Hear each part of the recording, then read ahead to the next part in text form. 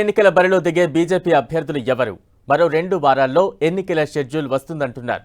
వచ్చే వారం జాతీయ స్థాయిలో బీజేపీ అభ్యర్థుల ప్రకటన ఉంటుందంటున్నారు. మరి రాష్ట్రం నుంచి బీజేపీ టికెట్ పొందే అదృష్టవంతులు ఎవరు? ఫస్ట్ లిస్ట్లో ఎవరెవరి పేర్లు ఉండనున్నాయి?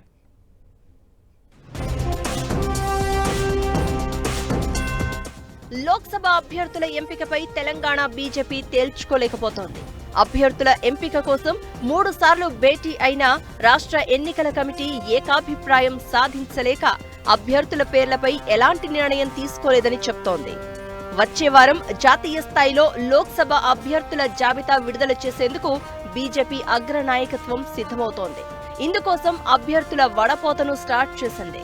ముందుగా రాష్ట్ర స్థాయిలో ఎన్నికల కమిటీలు సమావేశమై సమర్థుల పేర్లను తెలియచేయాలని స్థానిక నాయకత్వాలను ఆదేశించారు కేంద్ర పెద్దలు. జాతీయ నాయకత్వం ఆదేశాలతో 3 సార్లు సమావేశమైన రాష్ట్ర ఎన్నికల కమిటీ కొన్ని స్థానాలకు మాత్రమే పేర్లను సూచించిందని చెబుతున్నారు. సిట్టింగ్ స్థానాలైన కరీంనగర్ నుంచి బండి సంజయ్, సికింద్రాబాద్ నుంచి కేంద్ర మంత్రి కిషన్ రెడ్డి, నిజామాబాద్ నుంచి ధర్మపురి అరవింద్లకే మళ్లీ అవకాశం ఇవ్వాలని రాష్ట్ర కమిటీ సూచించిందని చెబుతున్నారు. ఇక మరో సిట్టింగ్ స్థానమైన ఆదిలాబాద్పై భిన్నాభిప్రాయాలు ఉండడంతో ఎలాంటి నిర్ణయం తీసుకోలేకపోతున్నారు. కానీ మిగిలిన 3 చోట్ల సిట్టింగ్లకే అవకాశం ఇస్తున్నందున ఆదిలాబాద్లో కూడా ఎంపీ సోయం బాపురావుకే ఛాన్స్ అనే టాక్ వినిపిస్తోంది.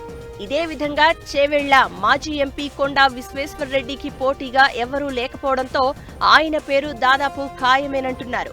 అదేవిధంగా భువనగిరి లోక్సభ స్థానానికి బూర నర్సయ్య గౌడ్ పేరు ఒక్కటే పరిశీలనలో ఉందంటున్నారు. ఇలా మొత్తం 17 స్థానాలకు కేవలం 5-6 చోట్ల మాత్రమే అభ్యర్థులపై కొంత స్పష్టత ఉందంటున్నారు. మిగతా సీట్లపైనే బీజేపీలో తర్జన భర్జన కనిపిస్తోంది.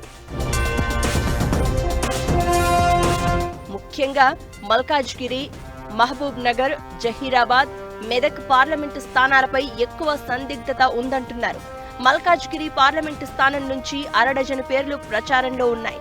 ఈ నియోజకవర్గంలో వివిధ రాష్ట్రాలకు చెందిన ఓటర్లు ఎక్కువగా ఉండడం, ఉత్తర భారతీయుల ఓట్లు అధికంగా ఉన్నందున బీజేపీ గెలుపు పక్కా అనే ఆశతో ఎక్కువ మంది మల్కాజ్గిరి కోరుకుంటున్నారు.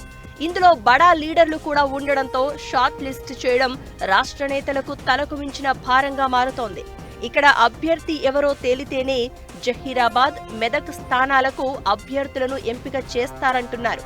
మల్కాజ్గిరితో ఆ 2 స్థానాలకు లింక్ ఉండడంతో మొత్తం 3 స్థానాల అభ్యర్థుల ఎంపిక ఇప్పట్లో తేలేలా కనిపించడం లేదు.